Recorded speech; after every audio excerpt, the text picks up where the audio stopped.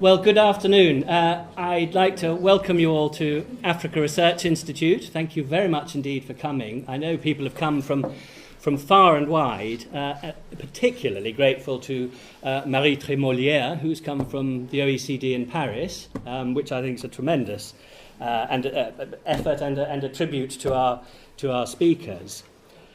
A special welcome to Dr Deborah Potts, who, as many of you will know, has been working in the field of circular migration and urbanisation for nearly 3 decades, particularly in Eastern and Southern Africa. Her most recent book is Circular Migration in Zimbabwe and Contemporary Sub-Saharan Africa.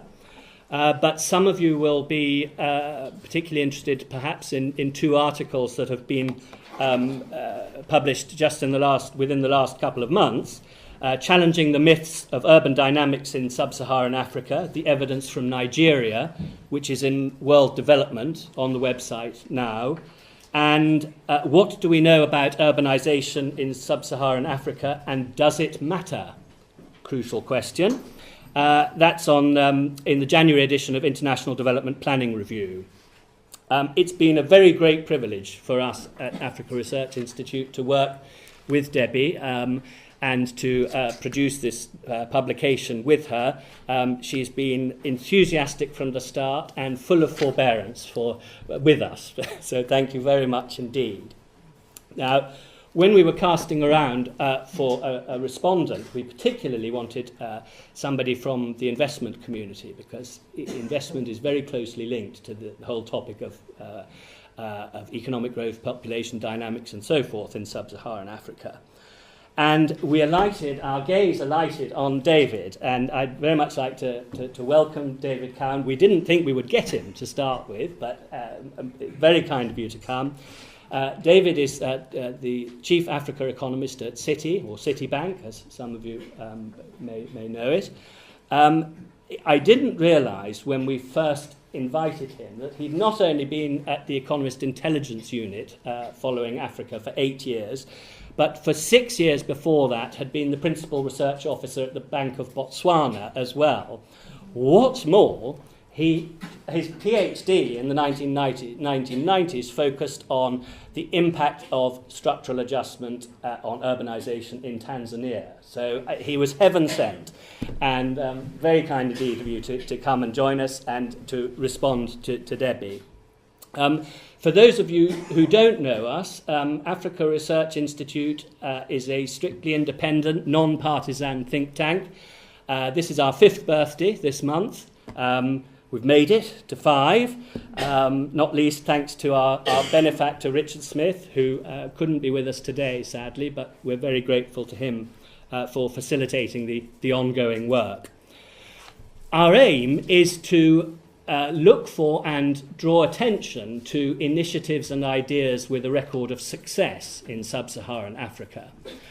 So, for example, just before Christmas, we launched a publication about the success of the Nursing and Midwifery Association in Somaliland. It's a remarkable story, and we'd worked with the head of the Nursing and Midwifery Association since February last year to put the publication together.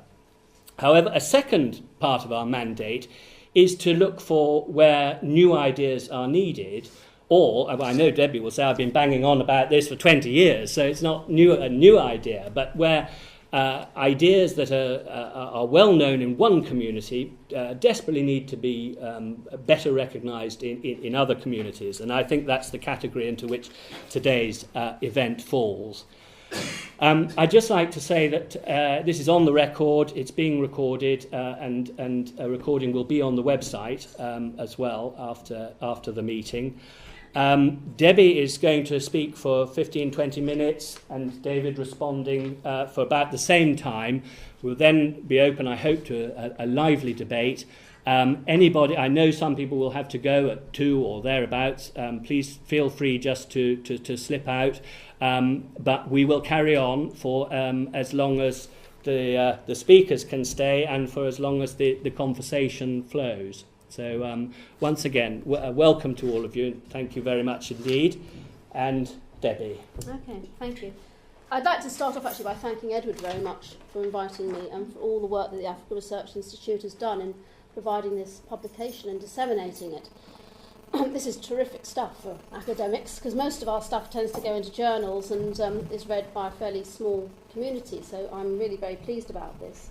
I suspect that many of you may have had a chance to look at the publication already, and so what I'm going to do, I've decided, is that I'm going to actually spend most of the time talking about urbanisation and economic development and the relationship between those two things in relation to Africa. And then I'm going to move on at the end to the core stuff that is actually in this publication, and at that point I will show 3 crucial slides, but they're in the publication, which are the data upon which all this is based. And as Edward has correctly said, I have been banging on about this since 1995, when I published a particular paper on these sorts of issues. And the data have accumulated since, and most of them have continued to point in that direction. But the point is that I really do feel that it's not fully understood what those data mean, largely because those data aren't commonly known. Another narrative is being pushed. So the main point really is that African cities aren't growing as fast as often presumed. In fact, if you take all urban centres together in many of the large mainland sub-Saharan African countries, the difference between their growth collectively within a country and that of the national population is no longer large enough for the country to be urbanising much at all. In fact, in many cases, the rate of urbanisation, the increase decade by decade of the proportion of people living in towns, has slowed to a creep. Even very rarely, they've begun to counter-urbanise. Very rarely, but it does happen.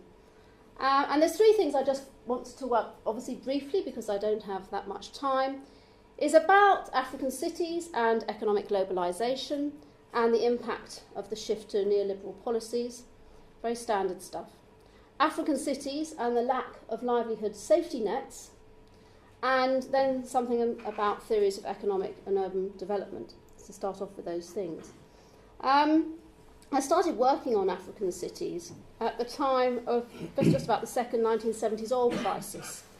And immediately after that, or very shortly after that, structural adjustment policies started to spread across Africa in response to the debt crisis that brought about.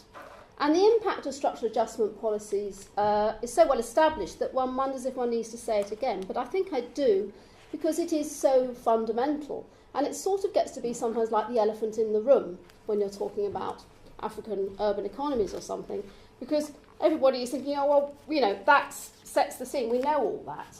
And so they're moving on to look at other things. They're saying, actually, you have to keep going back to this thing that sets the scene.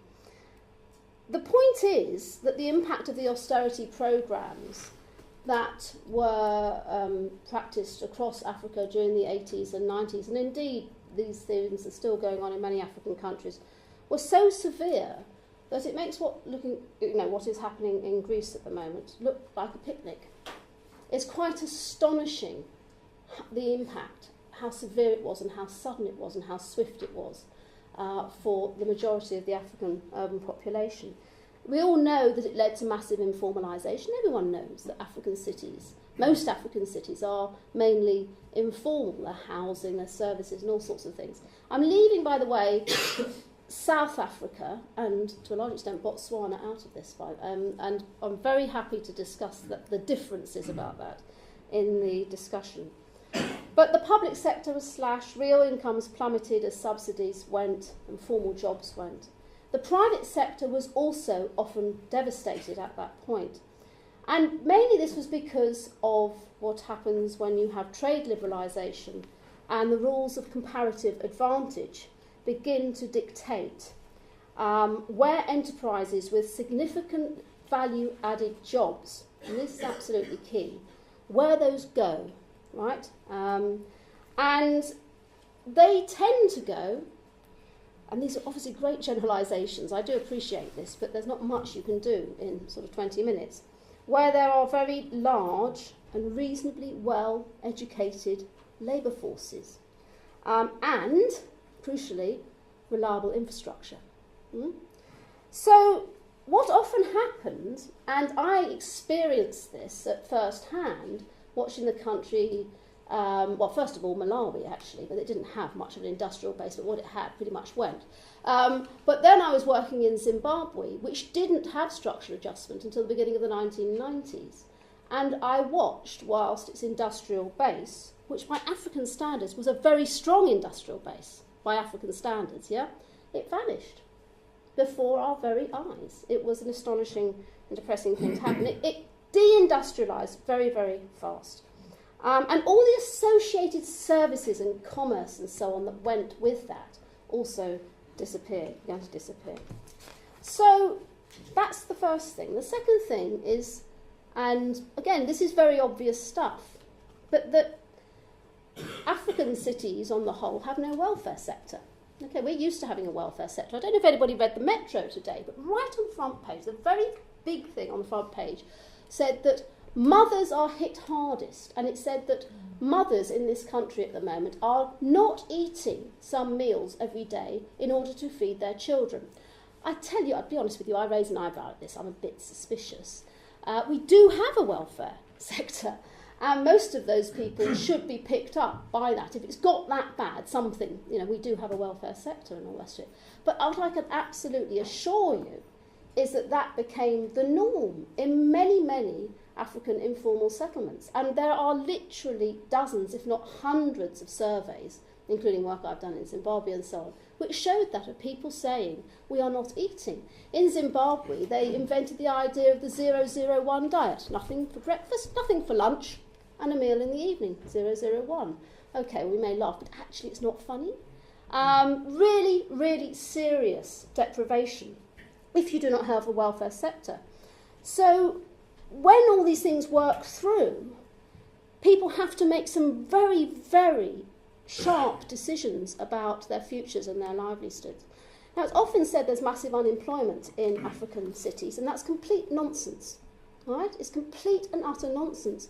You can't have real open unemployment in the sense that we mean it in European society unless you have a welfare state that is going to allow those unemployed people to be unemployed and is going to support them through that unemployment.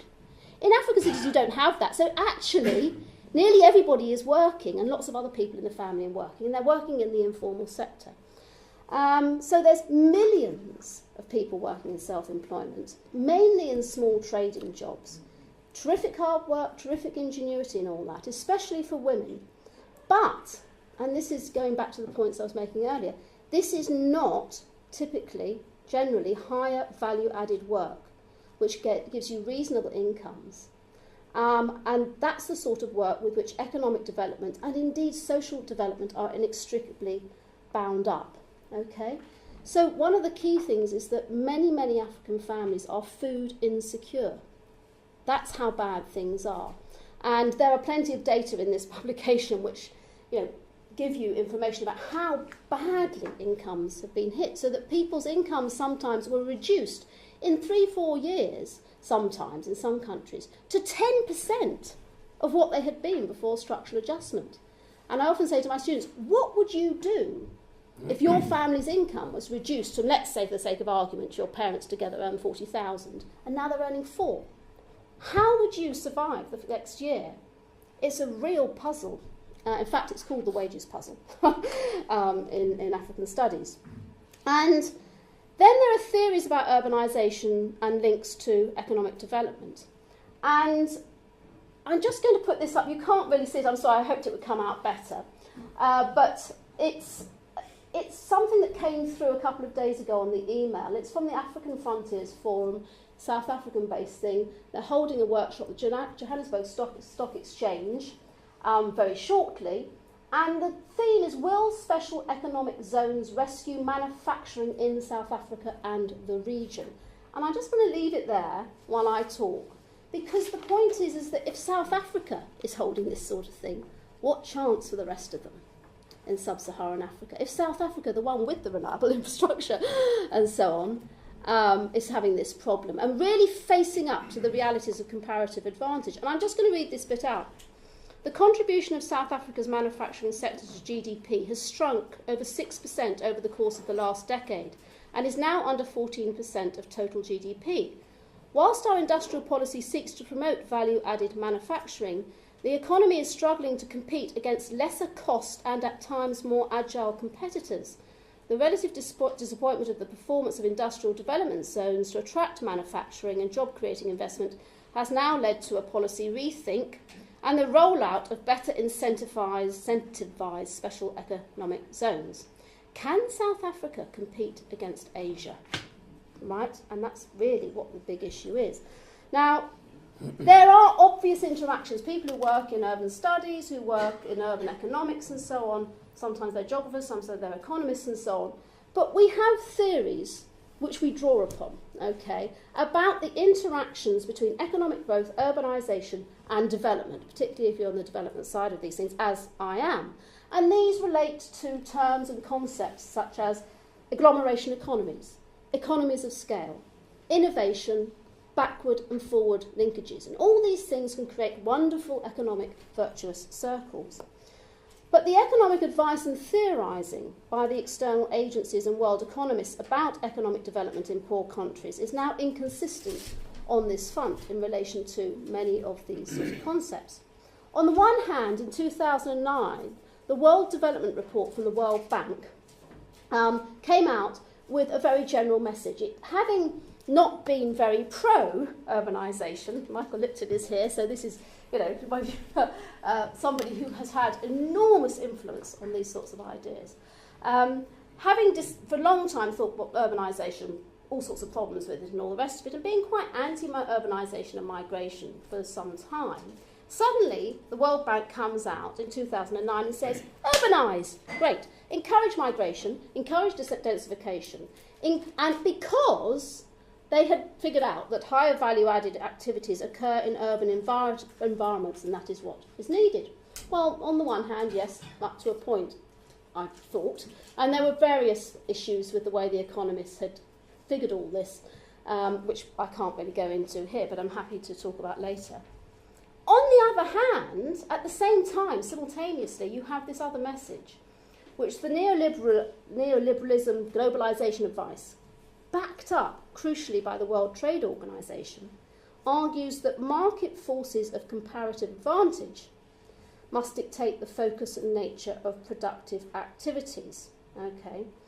And in sub-Saharan Africa, this has tended to push countries very strongly back towards a focus on primary commodities. And if they're very lucky, a little bit of beneficiation of those primary commodities.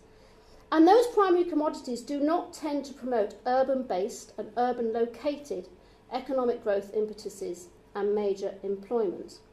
And in fact, those primary commodities are the things which since 2003 have driven improved GDP growth rates across the continent very significantly. Okay. The problem here, I feel, is that the theorising based on those macroeconomic indices about comparative advantage, all right? And one can debate this till you're blue in the face. You really can. But that theorising and those debates, the problem is that if this is to be developmental, if you're going to work on the basis of macroeconomic indices based on comparative advantage, I say, so comparative advantage will yield benefits to everybody who's playing the trade game, okay?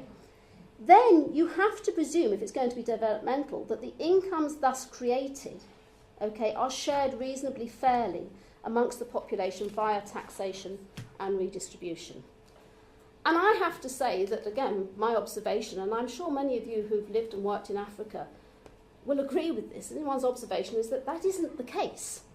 And that is where the problem lies. It tends to be very, very focused, and the money accrues amongst a very small group of people. I also have to say, and I can't help saying this, although it's nothing to do with Africa, I think the same is true of our own societies and has become increasingly so. And that's really why we have got, you know, the 99% thing and all the rest of it. And there's no doubt, I mean, the data are absolutely clear that incomes have become increasingly concentrated in our own societies. And to some extent, of course, the same sorts of forces are at work. Okay. But if you bring those 3 point things together I've just mentioned, there are really good grounds to think that African urbanisation and urban trends there would diverge from the countries where comparative advantage favours massive, formal, productive urban job growth. And it has. But not according to mainstream analysis. Not according to the, all sorts of studies, analysis and databases that come from the World Bank, that come from particularly UN Habitat and so on. And if you draw on those data, you will get a very different picture. And so this is where my own research comes in. And what I'm just going to do is just very quickly show these graphs. And these are based on censuses, and no doubt we'll have a discussion about censuses. But essentially, what you have here is the pale blue line at the bottom of each of these countries' graphs is national population growth over the intercensal period, okay? Usually the last intercensal period. And then you've got various other towns or groups of towns and all the rest of it. And if you look at Zambia, where this started happening first, even though Lusaka, fair enough, grows faster than the national population, all the other urban areas, and particularly Copperbelt towns, don't. And that bring it all together, it has been counter-urbanising. The population, the urban population has been shrinking because people have been leaving the Copperbelt. People move into the Copperbelt and then they move out of the Copperbelt. And I could give you 10 studies that demonstrate that, but you don't even have to. All you have to do is go and read the Zambian National Statistical Office analytical reports for its own censuses. Usually just saying it for years, but nobody takes any notice. You always say, Africa is urbanising very rapidly. And you can go down Côte d'Ivoire, Mali, not this last census, but the census before, and the Central African Republic. There were 16, 17 censuses. So really, obviously we haven't got time to look at all this, and you've got it in the little publication. But again, with all of these countries, although they are still urbanising, the censuses show, it is very slow. In most of these countries, over a period of roughly 10 years, and in the case of Togo, apparently over 25 years, the extra proportion of population that has become urban is about 1%. So, so you're looking at Malawi, it was 14%, 10 years later it was 15%. You're looking at Niger, it was 10%, then it was 11%. Same if you're looking at Uganda, it was 12%, 10 years later it was 13%. Yet if you talk to people, they say, these countries are all urbanising hugely fast, and what's more, they will be 50% urban 2025, I'm usually told, or 2030. And when I say to them, well, if things continue for these countries in the way that it has been, it will actually be not to the end of this century, indeed later than that, before they will be 50% urbanised, and indeed not even then for some of them. And of course that's preposterous. You can't project for the next 80 years what's going to happen to these countries because, God willing, their economies will improve. All sorts of things happen. Of course, they could get worse. But the point is that one has to work on the basis, to some extent, of current trends. And it is not right to base policy on presumed trends that are constantly coming out of the mainstream agencies that are wrong. They just misdirect, they misdiagnose, and they hide some of the really crucial problems that are going on. And it really isn't too difficult to do this analysis. It really isn't rocket science, or I wouldn't have done it. I wouldn't be able to do it. But, really, this is a very large group of mainland countries. And for many countries, we still don't have the census material. Okay? And then finally, here's some countries which are more like the typical ideal. Yes, things are speeding along. Look at Burkina, look at Cameroon, for example. Tanzania, yes, Dar es Salaam and Arusha in particular growing apace. But on the other hand, look at the next 10 group of towns in the urban system. Not really very exciting in terms of their growth. And there are some really huge questions about definitions of urban in Tanzania, and indeed in Kenya, and indeed in many of these countries, which make the thing very complicated when you're looking at the smaller towns. But here I'm mainly looking at larger ones. And finally, I'll just say about Kenya is that data that's just been released suggests that, in fact, because here I only had the data for Nairobi and Mombasa, that 8 of the 11 main established towns next in the hierarchy are all growing in the last census more slowly than Kenya as a whole.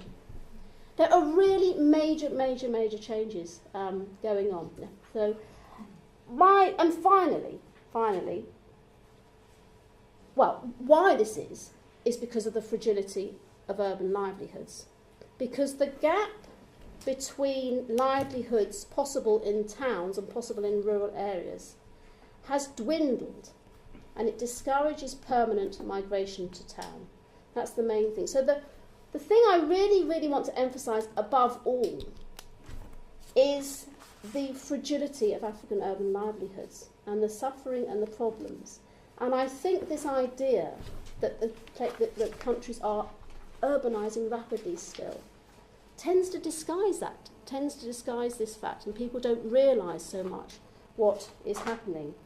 And the gap between rural and urban living standards, just one final thing, is masked, I think, generally in development studies because you don't take into account the cost of living in urban areas. So they look at incomes in rural areas, incomes in urban areas, but they don't cost in the added cost of living in cities. And if David Satterthwaite was here, unfortunately he isn't, but if David Satterthwaite was here, I know that he would not, because he totally agrees with this.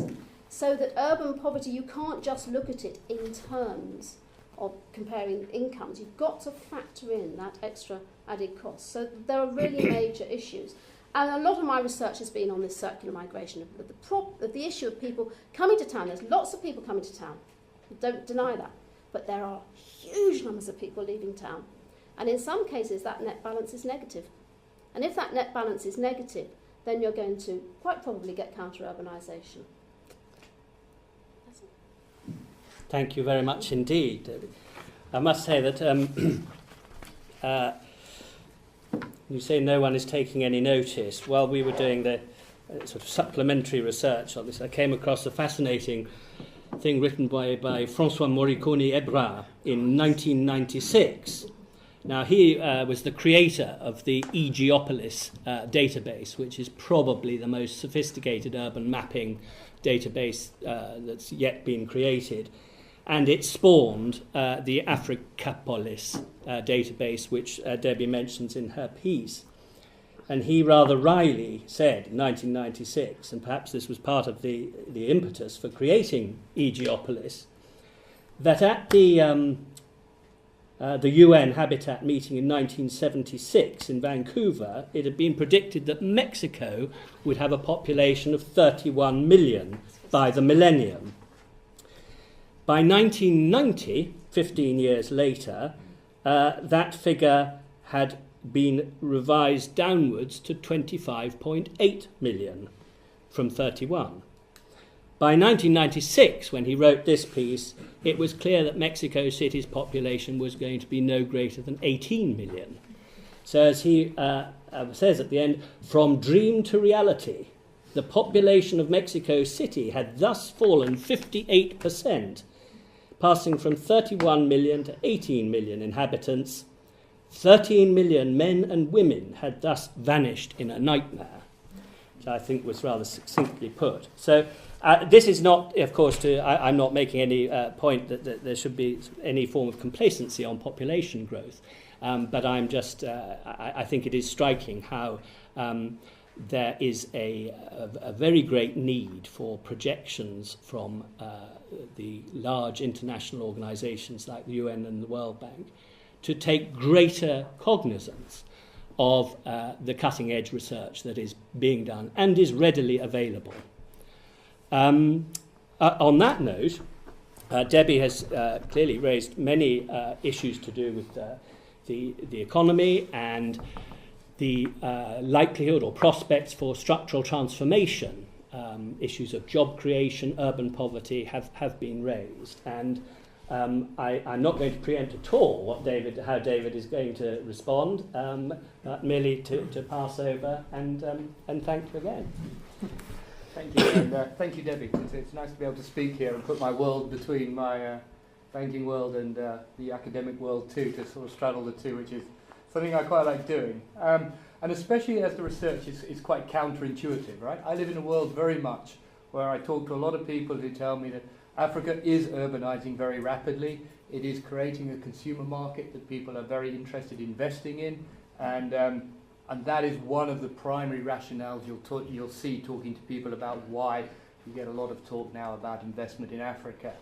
But one of the things I think also, listening to Debbie, which might surprise you, is actually how similar our views are sometimes, although there are some clear differences. But actually there's perhaps more similarity sometimes than you may think coming from this at two different ways. And so I think you're not going to get from me a huge sort of counterblast at this, but you're going to try and get some more explanation and flesh on the bones about trying to understand what's going on in Africa at the moment.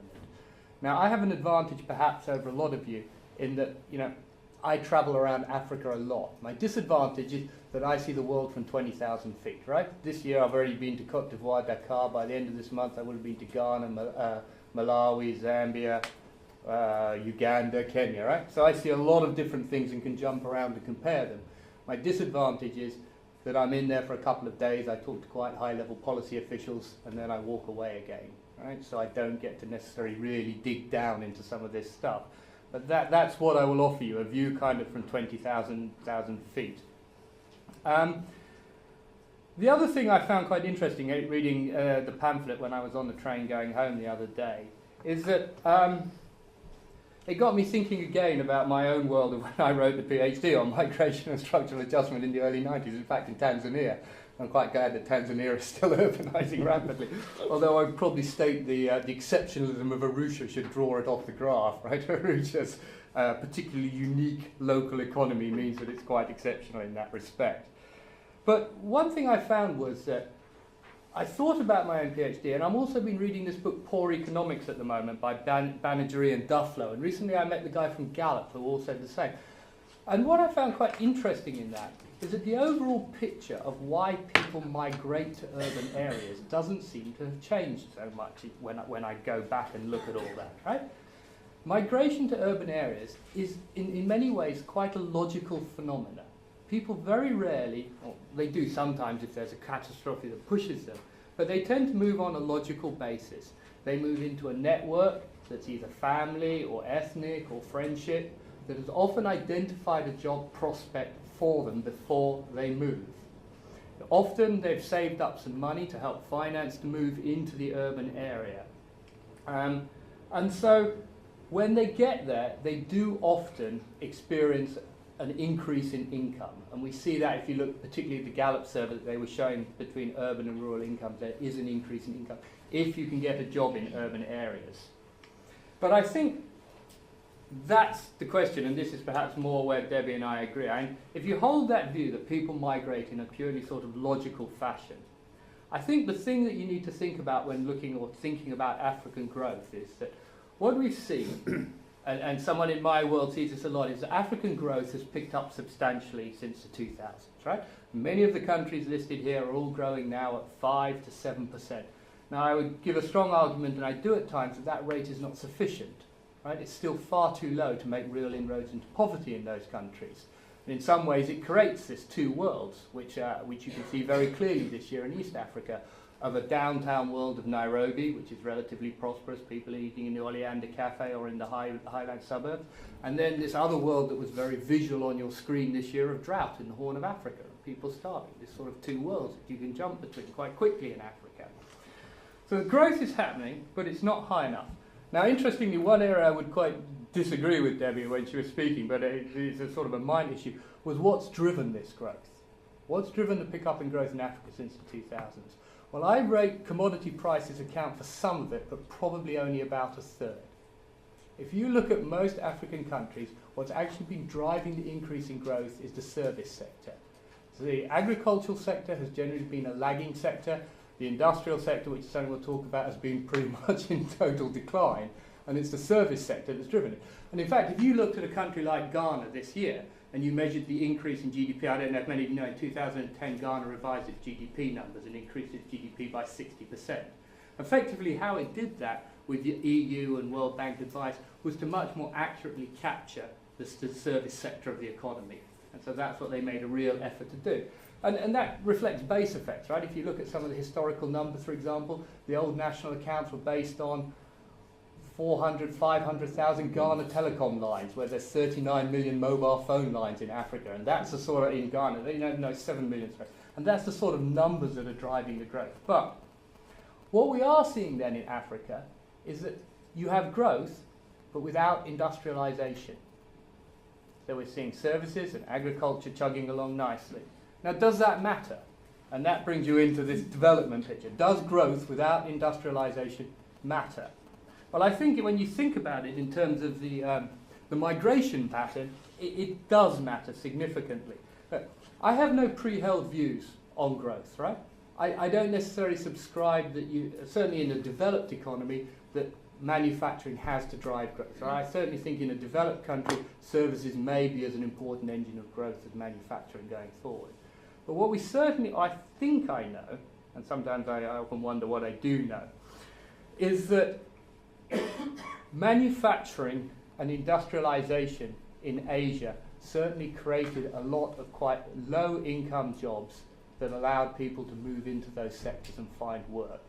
And I think particularly one thing that becomes very apparent is it's not even sometimes the level of the wage that matters, it's the regularity of the wage that allows people to survive and know when the next wage package is coming. And I think, as Debbie said, the informal sector creates jobs, and it clearly creates jobs in Africa, but in a way it's a default option. It's how do I survive in an environment, and therefore I make a living out of doing things, which again responds to various services. Now, so I think without those jobs, probably explains why Africa has not urbanized as fast as we could. And I think we can take this through a lot of examples. And the Zambia copper belt is a clear one, right? Zambian copper production in the late 60s was up nearly at 1 million tons. It collapses by the mid-80s, early 90s to about 300,000 tons. Now, what we've seen over the last few years is Zambian copper production recover to where it is now, about 750,000 tons. But if I go around the copper belt and I talk to First Quantum and I talk to the companies out there, those mines are not creating the jobs that existed on the copper belt in the 70s. Right? And therefore, there is not dragging in that sort of migration. If I go around the north of Nigeria, we think probably the I should ask Jonathan whether the Peugeot factory in Kaduna is now completely closed down, right? Kano's textile industry is pretty much on the death's doorstep at this point, right? So those jobs are just being taken away, basically, and they're not being replaced. Perhaps where I would disagree with Debbie, if you want a more point of contention, is I think structural adjustment had some impact on that. I actually think that the decline in African industrial jobs has probably happened after that, and it reflects the wave of, more particularly since 2000, the wave of Chinese competition in. And I've done quite a lot of work with, say, I thought it was quite interesting this year that Nkrumah is opened. There's this statue of Nkrumah at the new AU Parliament building that's just been opened in Addis, right? Now, Nkrumah, his policies of industrialization in Ghana led to this textile sector. And a few years ago, I spent a lot of time with a textile factory that was still working in Ghana, but only just about surviving against the onslaught of Chinese competition. And effectively, some of you will know that company now. It's actually just been bought by CDC, and it's moved up market. That was the decision we made. It can't compete against the numbers, so wood in, and it's moved up to offer the high brand goods because it can't compete against the low cost numbers. But that obviously has implications for jobs. The final thing I'll say on that growth process then is, I don't know, and this is something that really keeps me awake at night worrying when I think about Africa's future, is where does Africa fit into the global economy? If it doesn't industrialise, where does it fit in? Services can perhaps create jobs. Whether they create sufficient jobs, I don't know. But I look now at Africa, and I really spend a lot of time trying to understand the wage productivity exchange rate scenario to see. And I don't really yet see a wave of Chinese or Indian competition seeking to relocate into African countries at this point. And until that happens, maybe that's an issue. Having said that, there are still perhaps glimmers of hope out there. the Chinese are slowly not only improving African infrastructure, which should allow them to therefore build industrial estates, but they are building industrial estates in Africa. Now, I say that Zambian copper belt hasn't created the jobs, but it's the Chinese who are building the smelters there that may create jobs out of this, right? And their industrial zone will see more Zambian copper smelted locally than even at the height of production in the 80s. So there may be some hope. The other day I was at Dabur's factory in Lagos. Dabur, if you don't know, are a big Indian company that produce a whole range of consumer goods, healthcare, toothpaste, things like that. They are reinvesting in Nigeria. They are taking on Colgate Palmolive straight on. They have created at this point 100 jobs, but they may be taking that further if they think they can. So there may be some counter moves from India and China to invest in that sector, but that may be the only glimmer of hope, I would say, at this point. I think the second point, then, the final points I would say, there's two final points I'd say. The first thing is, every time I fly into Dar es Salaam, when I did my PhD, and the morning flight coming over Dar es Salaam is a good way of gauging the size of the city. It's got bigger. There's no doubt about it that the urban sprawl goes all the way up the coast now. But it is still incredibly striking when you visit an African city, the lack of high density involved in urbanisation. And only, when I drive around, most of the high density, low income urban buildings I see were probably built in the 60s and the 70s in most African cities. All the high end stuff now is actually going to the wealthy. And so I think this sprawl versus actual urbanisation, I think, is something that's very important. But it does at least point us back to one thing of this coping mechanism that exists in Africa. And I think that was highlighted greatly at the Zimbabwe's crisis. That Africans, yes, they may counter-migrate, but you also see this growth of peri-urban agriculture all over Africa. And if you go out to the suburbs, you'll find everyone raising chickens or growing an acre of maize or whatever they can do to get money. So that's how urban populations clearly in Africa survive and get through. The final thing I'd say about this, I think, is that I think this joblessness is actually more than about urbanisation. I think there's something much more fundamental that has to be thought about in this when you're thinking about African growth. So the one thing the last year has shown to me in Africa, whether you take the Arab Spring or you go down to Julius Malema in South Africa, is that people want jobs. And the politicians are taking up that mantle and saying, if we don't get jobs, there's going to be problems here. Now, how that works out, I have yet to see. Africa is kind of in all sorts of political differences. I think what's interesting about Africa is there's all sorts of various political things that have happened from, the Obiangs of this world who think that 95% vote is a clear endorsement of his popularity to Zambia, which actually had a really recent democratic election, and Mr. Sata won. But I guess the point of Mr. Sata is that he's still the moderate face of that. And, and there's just as much chance that Africa could go down a more Hugo Chavez type route of Venezuela, where you get much more resource nationalism. So I think the job issue is going to hang over Africa as this young bulge moves through. And, when I look at Africa's demographics, they're 10 years roughly behind North Africa. So when that group starts to move through, and if it doesn't get the jobs and starts running up the blockages and the politics don't adapt to that and the jobs aren't created, it becomes a very interesting era, I think, at that point. So that's, I think, all I'll say at this point, but I'll take more questions, and I'm sure Debbie will take a whole bunch more questions if you have them. Thank you very much. It was extremely interesting. Before I throw everything out, is there anything you'd like to make one small point, a response to? One small point. I think we're rather in agreement. I was hoping to. But no, there's one small point, and I should have said this: is that of course the thing is if you're flying over African cities and you do it for 20 years or so, they will almost double in size because of the very low, because through natural increase. Because they're growing very often through natural increase, births and deaths within the city at a rate of, let us say, on roughly 3%. So that in 23 years, they will double in size, simply through natural increase. But that will not bring about 0.1% increase in the level of urbanisation. The shift from rural to urban will not accompany that. they have to be growing faster than 3% or 2.8% or whatever that country is growing at in order for urbanisation to occur. And that's what I'm addressing. I am very strongly not saying that the African cities are not growing and that the populations aren't increasing in size. I'm saying they're not growing fast enough for that sectoral and geographical shift to occur between rural and urban, which is what most people assume is happening alongside the growth of the cities. And that has very important It's implications. very important, yeah. Thank you very much indeed. Can I throw it open? Michael, you're right here. Can I ask you first? Thank you very much for a very interesting talk. I go along with you 90% of the way, but the crucial final 10% I don't think I follow. Yes, the change in urbanisation, as you just re-emphasised, depends actually much less on this net rural to urban migration we should be looking at. It depends much less on that than it does on the changes in urban birth rates, rural birth rates, urban death rates and rural death rates.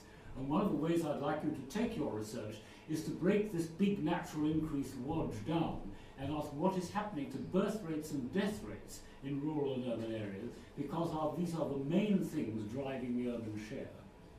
Yes, urbanisation has been grossly overestimated and overprojected by UN estimates.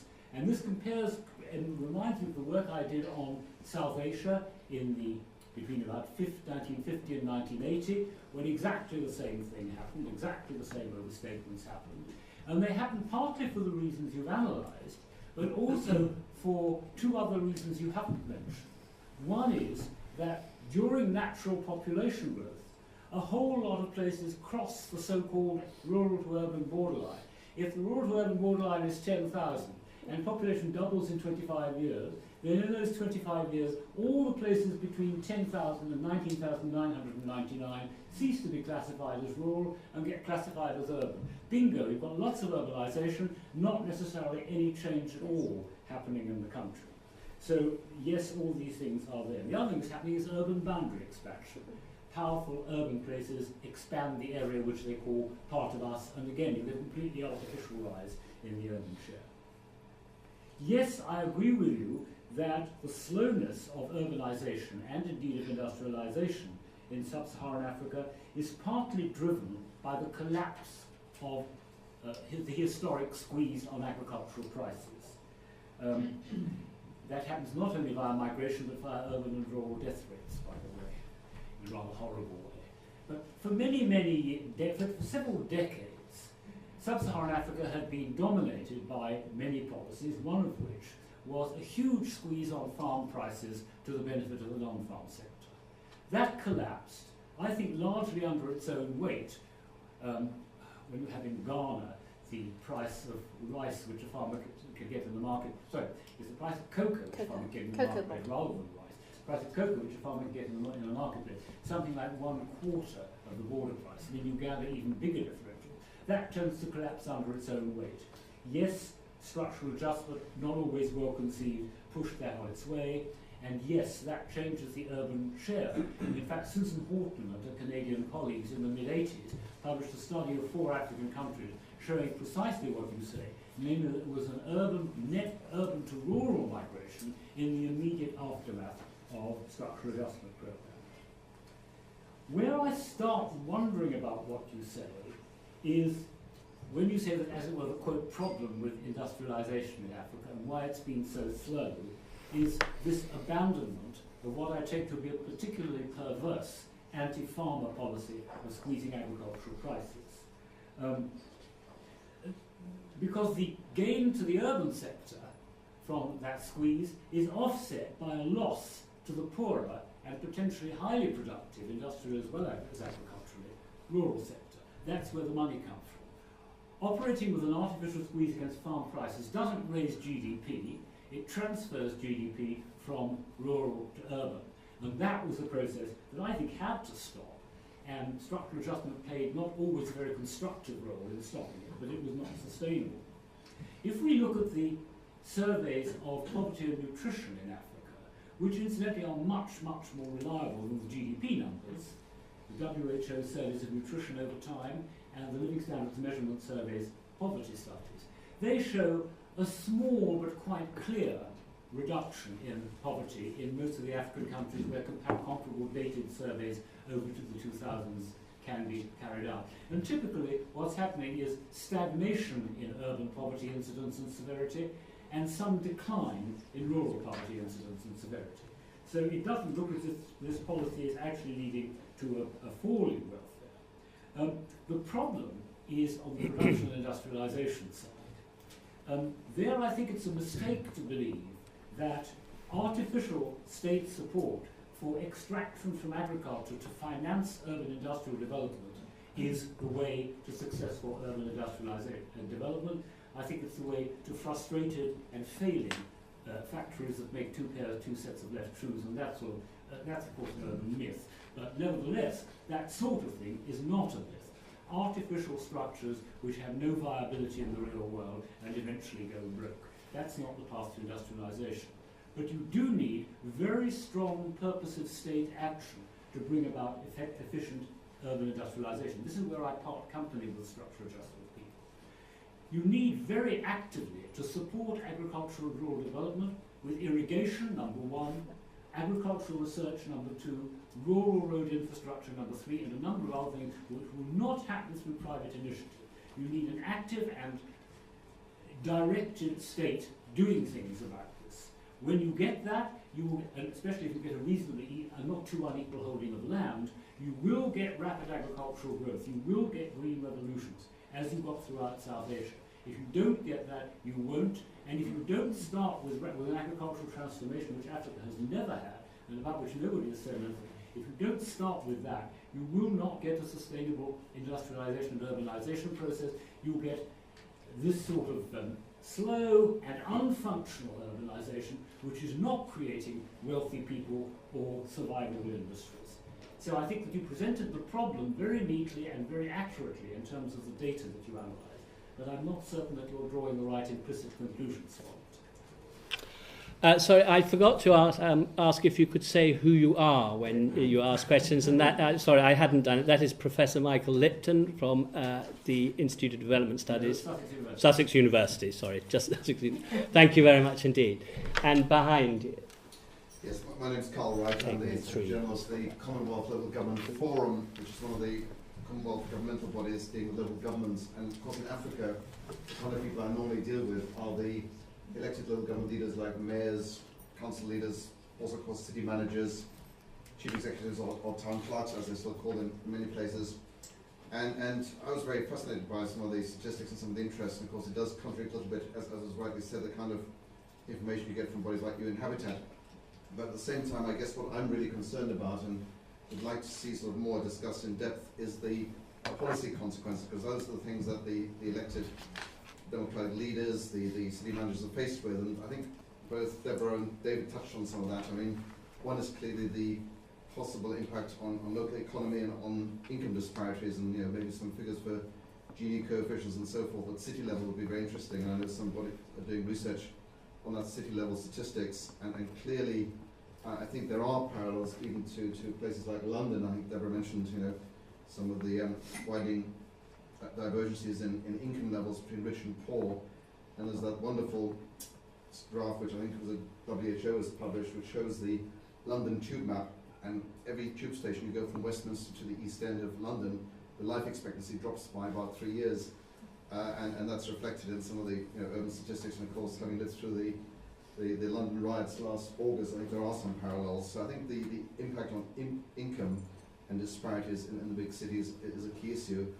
And the other very obvious one is of course infrastructure and service delivery by city government and city management. I mean, most obvious perhaps is total chaos of African urban transport. Every time I go back to Nairobi or any other big African city, the journey from the airport and everywhere else gets much worse and more chaotic, and the sheer impact of that on the local economy must be horrendous. And whether that's caused by urbanization or perhaps more likely by just the sheer demographic growth is fairly relevant to me.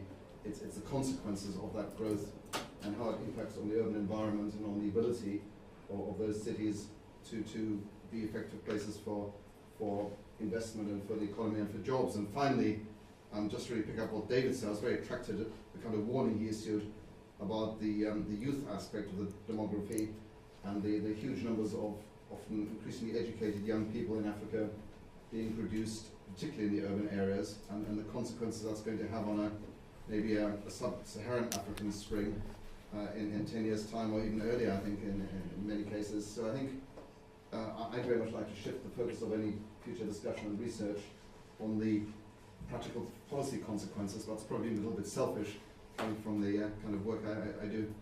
Thank you very much. We'll just take one more in this batch. Let's go for the back, sorry. I'm Alan Gilbert from UCL, or ex-UCL.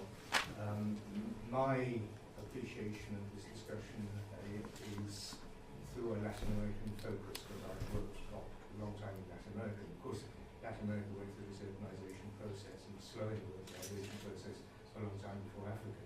I've got two specific questions. To what extent are these countries actually urbanizing abroad? There are 20 I'm sorry, I missed that. Urbanizing abroad. Yep. Because there are 20 million people of Mexican origin who live in the United States. The population of Mexico is 100 million. Therefore, one assumes that large numbers of those people would otherwise have been living in Mexican cities. And I'm thinking of the African population in London, Paris, Johannesburg. And is there a strong factor?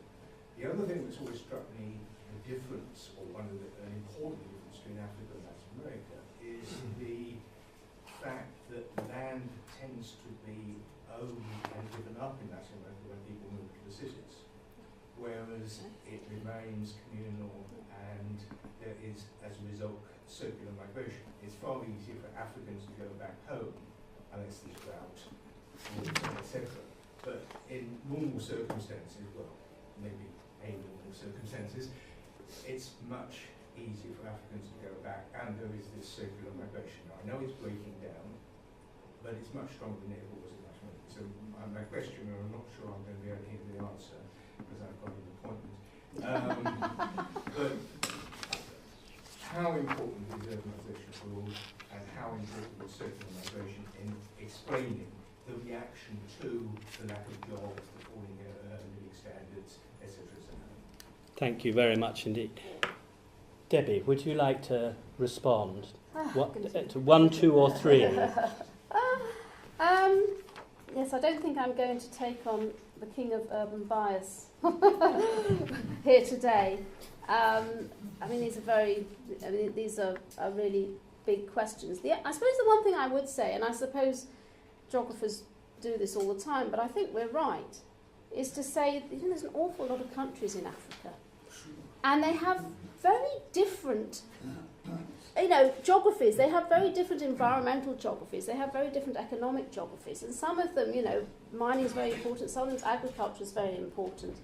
And therefore, it's, one has to be, of course I'm generalising here because that's the nature of these sorts of things, but one has to be a bit careful not to overgeneralise about the extent to which all African countries went down the route of overtaxing their peasantry and so on to bolster the urban situation in the sort of 60s and 70s.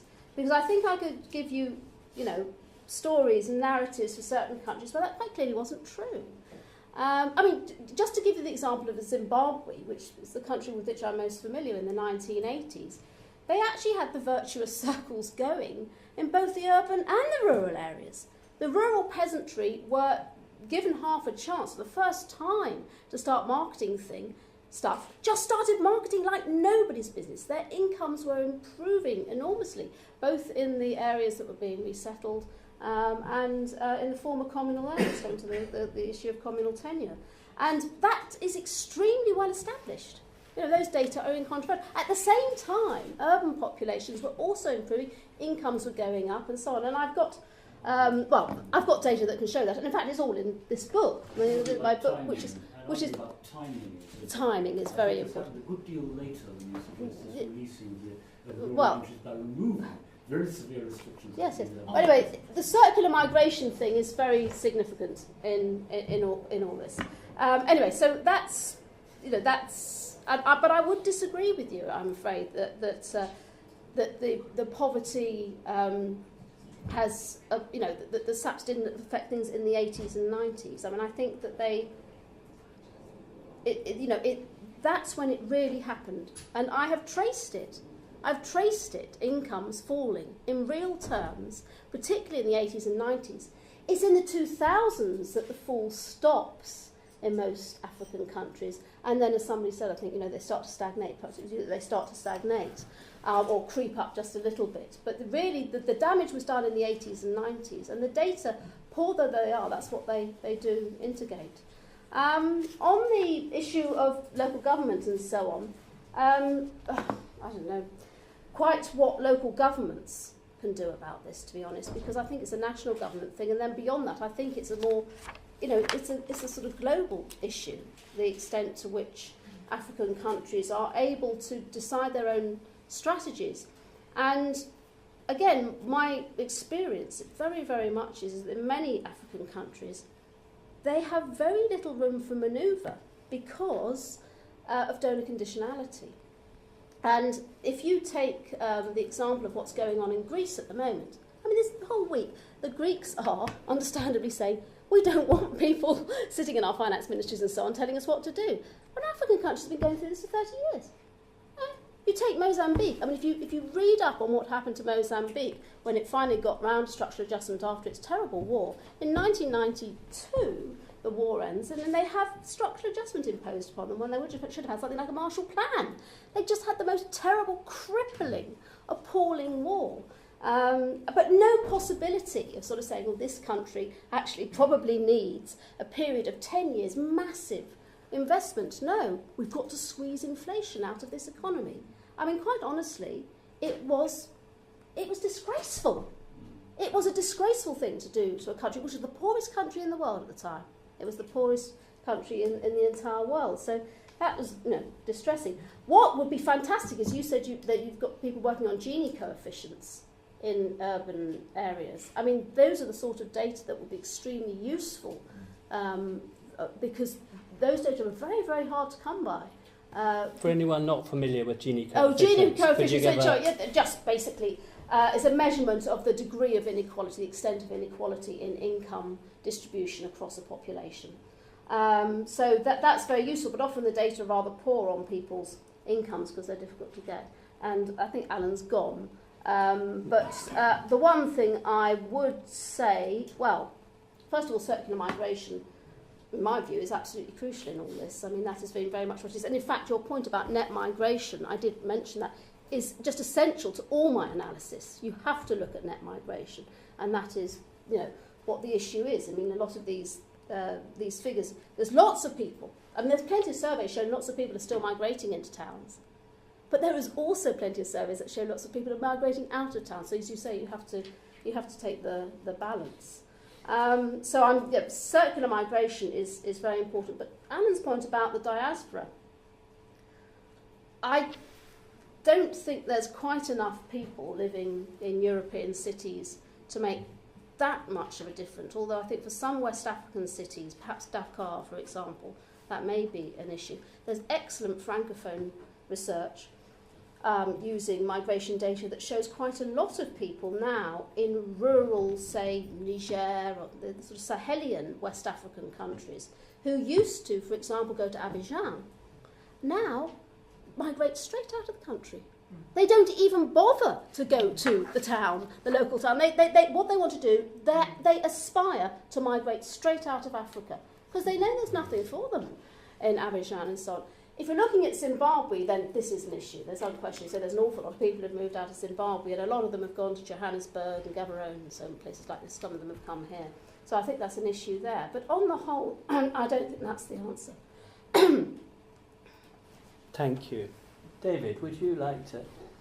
I wonder if you could comment about the issue of agricultural revolution, and where, for example, and this may, if I'm being unfair, just say, where you see, from the 20,000 feet, where you see the most encouraging signs in agricultural development. I mean, it's nearly 10 years since the Common African Agricultural Development Plan targets were set, 10% growth in investment per annum to create 6% growth in agricultural GDP per annum. What is it, 9, 10, 11 countries have now reached that. Where do you see the most positive signs in agricultural development? I guess the point is, one thing I think comes out very clearly when I listen to discussion, right? Someone like me who's travelling in and out of Africa, I think the thing we have to hang on to here is that a lot is changing very, very rapidly at the moment, right? And to make assumptions on what's happened going forward may be quite wrong on what's happened, right? And I'll give you some really good examples. The agricultural sector is a very interesting one in this, right? There are quite, there's a lot of talk, and I've done a little bit of looking at it on this sort of land grab and foreign investors coming in and taking vast swathes of land. It is happening. But there are lots more sort of interesting projects going on the agriculture. If you look at, say, from Kikwete in Tanzania, his Kilimo Kwanza policy, where he's trying to drive this agricultural corridor down from Dar es Salaam down to Mbeya. Or, and certainly there's a lot of interesting stuff going on in the horticulture sector. I was in both Senegal and Cote d'Ivoire talking a lot about the horticultural sector there recently, and there's some very interesting stuff going on there. So there's some clearly pockets of very dynamic agriculture. The second thing to remember is that there has been, or it looks like we're going to go through a period of the next 10 years, and this does have important implications, a period of elevated world food prices. Right? And that, I think, is quite interesting and is generating a response. Even in a country like Senegal, if you were to go and talk to a lot of people in Senegal, Olam, our clients, people like that, they tell you that Nigeria and Ghana are like the largest importers of rice in the world, yet they can grow this stuff, right? But now, slowly, world prices are rising and it is creating a production response. In the north of Senegal, rice production is really on the up and up. We are seeing, even in parts of Nigeria, that there's a newing. But interestingly, there's even a reverse happening, a reverse trend. I mean, for some of you who don't follow this so much, a company like Olam, which actually has its origins in the 60s in West Africa, where it developed a lot of plantation agriculture, gave up on Africa in the 70s, went to Singapore and developed the Asian agricultural industry, and is now coming back to West Africa to grow rice and grow palm oil and other things. So you see this movement coming back. So there's a lot of trends going on. I still think the biggest barrier remains in African agriculture, land ownership, and how to sort of get that. And I mean, the lessons from Zimbabwe to me have always been that, I think, although I don't quite agree at the time, but the point was when Zimbabwean agriculture went into decline, it took away all the linkages through to the rest of the economy. But it also shows you that if you get the agricultural sector growing, you can create those backward linkages. And then the other thing you need to do, which hasn't really happened yet, I sometimes think, is that Africa needs to create an indigenous middle class somehow who are embedded in the agricultural sector, who see it as their way forward and consolidate plots. And that ties in with perhaps some of the stuff that Michael said about then you get into Pacific agricultural research, right? And the other great hope on African agriculture is, of course, what's happened in Brazil, and Oberect and companies like that, who have very similar soil structures, are engaged in Mali and cotton at the moment. So there's lots of dynamics in the agriculture. I don't know how it's going to work out, but I would say it's very... The two other things I'd say, I think, which I wrote down here in response to the other questions are, African urbanization is now actually following quite an interesting pattern. It's actually creating edge cities, malls all around the edges of the big cities. And those are the malls where the rich go and the rich drive around. Now, if you go down to Dar es Salaam in the centre, the British High Commission, the old building there, is still empty, right? There's no one in there, and no one's going to go in there, basically. And if you go and talk to the barracks and all the companies, all their offices are now out in the Oyster Bay region and out that way. So you're having this hollowing out. And sometimes when I'm in Africa, and I sit in traffic and it drives me mad, Nairobi I nearly think is worse than Lagos sometimes, is they need a barren housement. They need to really just bulldoze down some of their city centres and rebuild them to make them functional for the modern age. And I hear projects about it, and I don't get that sense that some of these things are going. But perhaps Nairobi is the one which is changing. The flyovers that they're smashing in now into the centre from outside, from the higher income districts, maybe, and they're actually building a ring road around Nairobi, which by just taking the lorries off the Mombasa road, going round the edge of the city, may work. But it needs to happen on a much bigger scale. And I mean,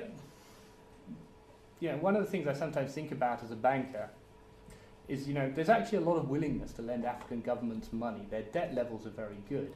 What worries you as a banker is, do they have the capacity to think about the projects and work out your priorities and invest in infrastructure going forward to have this, right? And that would be the big issue you would be asking yourself on some of this, right? But I think that is a crucial element that could happen, because there is a lot of money that would go there if prices were right, or if people overcame some of their other hurdles about borrowing, in fact.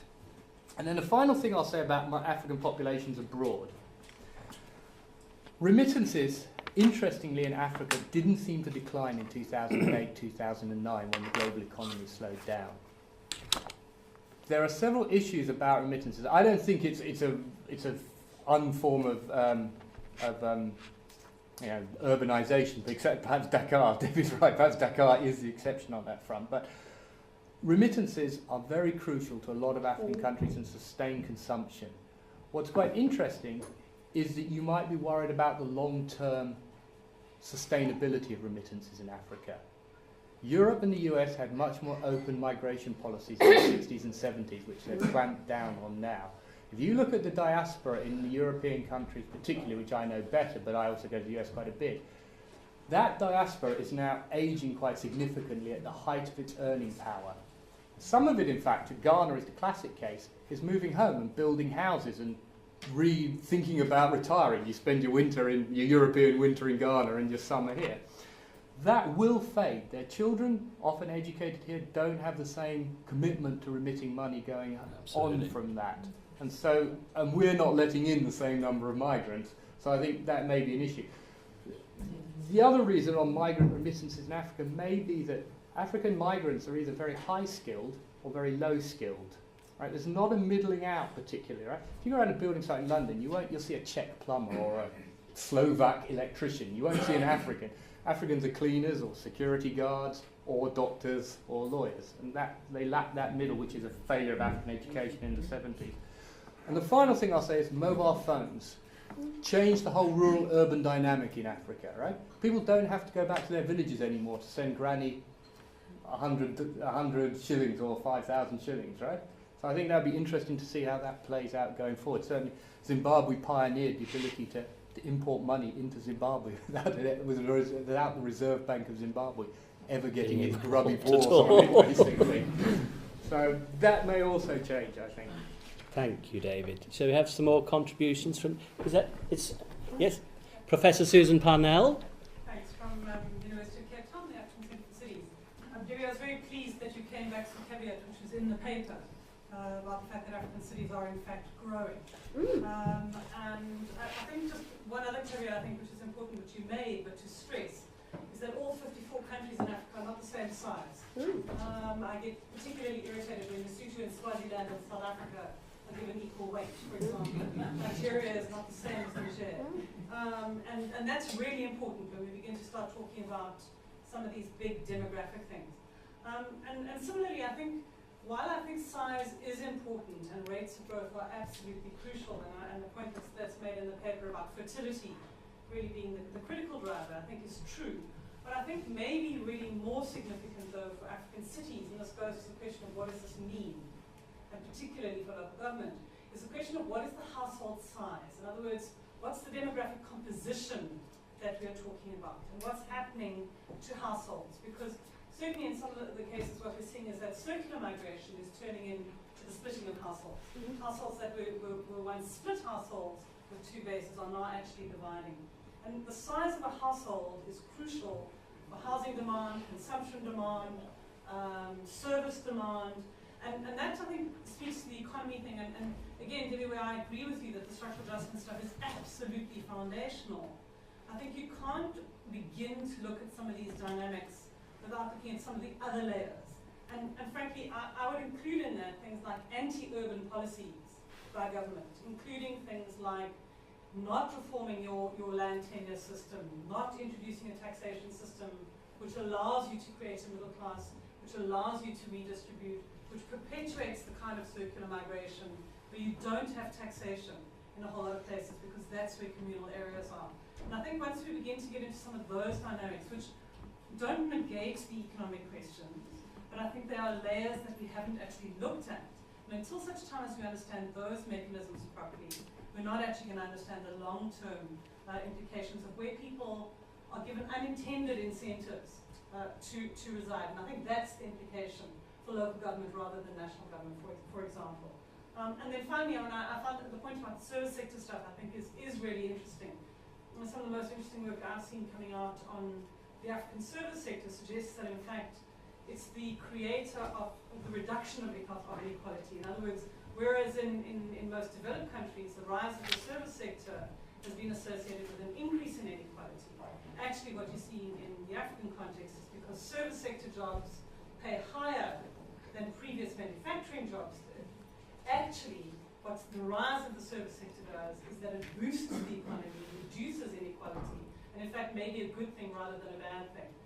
So I think we simply, my final point, I suppose, and that points I'm afraid rather than questions, would be just to say that we've got to be extremely cautious about the data that we're working with, because it is so bad, and when we get to the urban scale, it is appalling. So the sort of caveat after caveat after caveat in moving ahead on this. Thank you very much. Jonathan Lawley, Business Council for Africa. I'm very interested in the emphasis on Zambia, having started there as a district officer in 1960, and having seen and being there about a month ago. And there are one or two things that came out. I know it was about urbanization, but one or two things I think haven't really properly come into the argument. The incredible effect of education and training. You know, you've now got a largely educated population. You've got Zambia, which has pioneered African decision-making and management to all countries to the south. You've also got the present emphasis on diversity in Zambia, and so that would be that would tend to cause a degree of de-urbanization into a booming tourist industry, into an agricultural industry which is only just beginning to reform, but it's one of the countries where you're beginning to see a change in the land tenure attitude. You know, in colonial days, African land was African land, and never could that change. And I think maybe finally, the incredible speed of change and the incredible speed at which Africans learn and their adaptability and the ability to relate to other cultures and take the country forward, or take the continent forward in a way that really is not really appreciated around the world, and even by people who are supposed to know a bit about Africa. So, you know, there's so many positive things, and so much of it came out, but I just wanted to draw attention to one or two of these factors that I don't think have come out. Thank you. Anyone else in a clutch of three? Should we just take those for the moment? Oh, right. Yes, okay. So, yes, I mean, I think I said, but I probably didn't emphasise it enough. I mean, I think one's got to really start differentiating between different groups of countries now, and sort of saying, look, this is what is happening. I mean, it is evident. It seems to be pretty clear that there are sort of cities which are based on oil in particular in various different ways, which are, you know, pretty vibrant in terms of their growth and so on. And then you could talk about sort of oil cities, if you like. So if you look at Nigeria, and I've just published a paper in World Development on Nigerian urbanisation, which is, well, it was very brave of me, because boy, are you dipping your toe into very hot water there because of the nature of their censuses. But I was encouraged to do it by somebody, unfortunately couldn't be here today. But there you can see that the cities which are growing more rapidly, and this is triangulating between different data sources, are the ones in the Niger oil delta. You know, the Port Harcourts and the Warris and so on. I mean, that's what's happening. And again, if you look at Cameroon, you know, there's definitely something of this similar sort going on there. So I think that differentiation is so important, and I think that that's something that I might, you know, try and do something along these lines. The thing about fertility that keeps coming up, I just felt I did have to say, actually, you know, fertility didn't fall all that much in the 70s, 80s, and even 90s in many African cities, and birth rates have remained almost as high as rural for a very long time because of their very young populations in the cities. But the demographic health surveys in the last couple of ones, in the thousands, in many African countries, and they're a good source, showing that fertility in the cities is beginning to fall significantly now. So that rural-urban fertility gap is really opening up. But what that is going to mean is, of course, more of this, unless it's balanced with more in-migration. I mean, I don't have a normative thing here. I don't, I've got no thing to say that this is what should happen or what will happen or what should happen, rather. What I'm saying is that if birth rates and fertility rates really do start to fall significantly in African cities, and it does seem to be going that way, then their populations are going to grow even more slowly compared to the rural areas, and you may get, that the countries will be more rural for longer. And it's that big sectoral thing is the point that I'm really trying to get over. It's that big sectoral thing about, are these societies becoming more rural or more urban? And then for, really big policy makers, then if they recognise that it seems pretty likely that certainly for some considerable period of time they're going to stay pretty rural, that's a big, important message. That's a big, important message. But you do have to differentiate. And I think that that's not too difficult to do. And the other, taxation and redistribution I touched on, I just think that's crucial. But you've got to have the political will and the commitment and the capacity to go out there and face up to people and say, you're going to have to pay tax, and then we're going to redistribute it.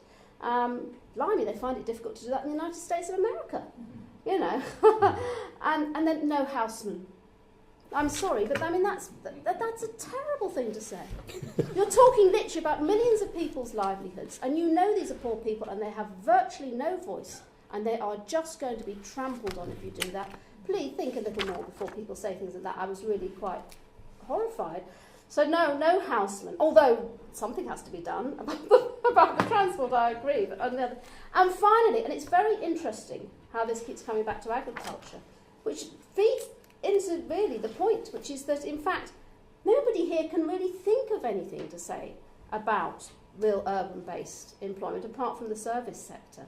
So that we're sort of skating away from it, and we've gone back to primary commodities, haven't we? And that really, it fits into really what my message is. And again, here I have to say that I would profoundly disagree that this is about land tenure and all the rest of it. If, what happened in Zimbabwe when positive things were happening, that was based on leasehold land in resettlement areas. It was based on communal tenure, and the land tenure issue was neither here nor there. All it was give the people the marketing opportunities, and they will go away with it. And last year, I was in the communal areas of Zimbabwe with a guy who works for USAID. He's British, and he's worked for USAID for 20 years in Kenya, looking at the small-scale horticulture sector. And we took him around the various different farms in Moreira communal area, known for decades. And he walked, he was asking a few questions. Then after about an hour, he folded his arms. He said, "These people should be making a bloody fortune." He says, "This is incredible. This is astonishing." I said, "I can't believe it." He said, this is what it's like in Kenya, but in Kenya they've got the infrastructure and they can fly the stuff out. Afritair's gone in Zimbabwe. They can't fly the stuff out. But he just folded his arms. I've got slides. He's standing there and he said, "These people should be making a bloody fortune." It's not about the land tenure. You don't need the middle class. You don't need the middle kulak farmer or whatever.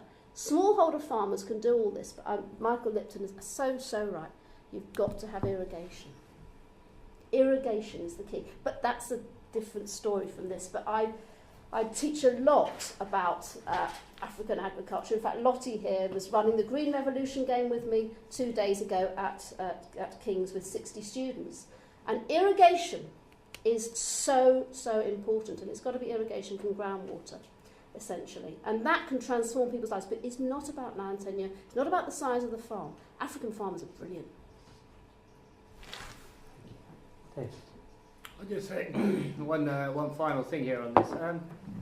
But I think there's an interesting point that's coming up in Africa in the not too distant future. And Africa is actually heading towards a slight fiscal crunch. Growth of the last decade has sort of given a natural buoyancy to the revenues. But the reality is actually that the African formal sector, excluding the mining sector, which still has scope to be taxed, is pretty much fully taxed, I would suggest now, right? I'm not suggesting national taxation, I'm suggesting local taxation. No, but what will happen then is that in the need to raise revenue somehow, governments are going to have to get more serious about taxing their local, all sorts of different sources, right? So urban household taxes, whatever, will become on the agenda, I suggest, going forward, right? Because I just don't think that they can squeeze much more out of the formal sector at this point, right? Yeah, there is still quite a bit that can be squeezed out of the mining sector. So if you look, what you're seeing actually in 2010, 2011 in Africa is that fiscal deficits have actually got quite bad in some countries again. Yes. They've started to creep up to 5-6%. Yes.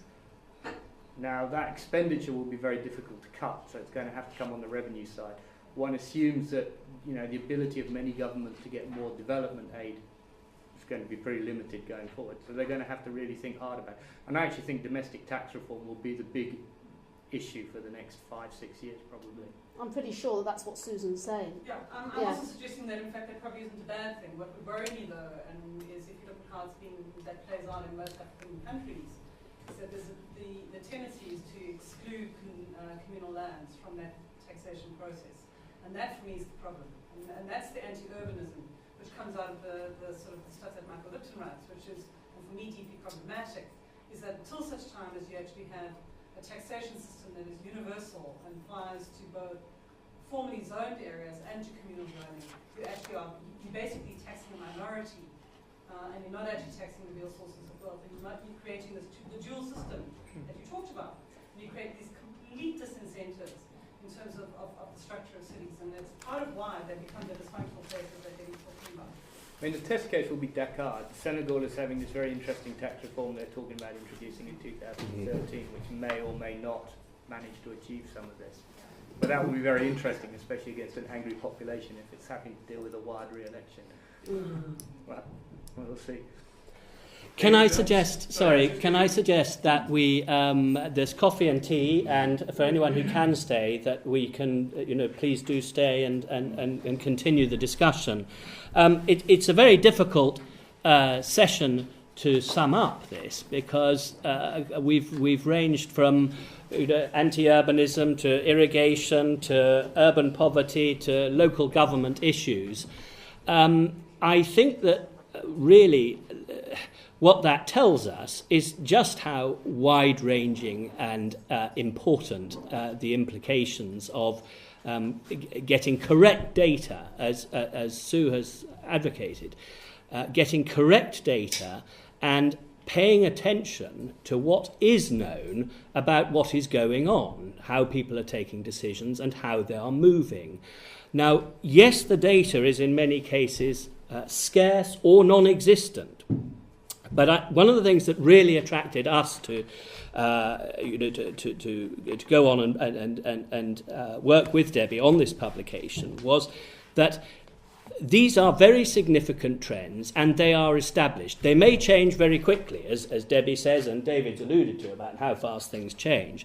But at the moment, if you read your newspapers or any number of management consultants' reports or reports from, not from Citibank, but from other investment banks, you will read regularly, or you will see regularly, this total reliance on statistics from UN Habitat and the World Bank, which are so erroneous that no matter what holes there are in the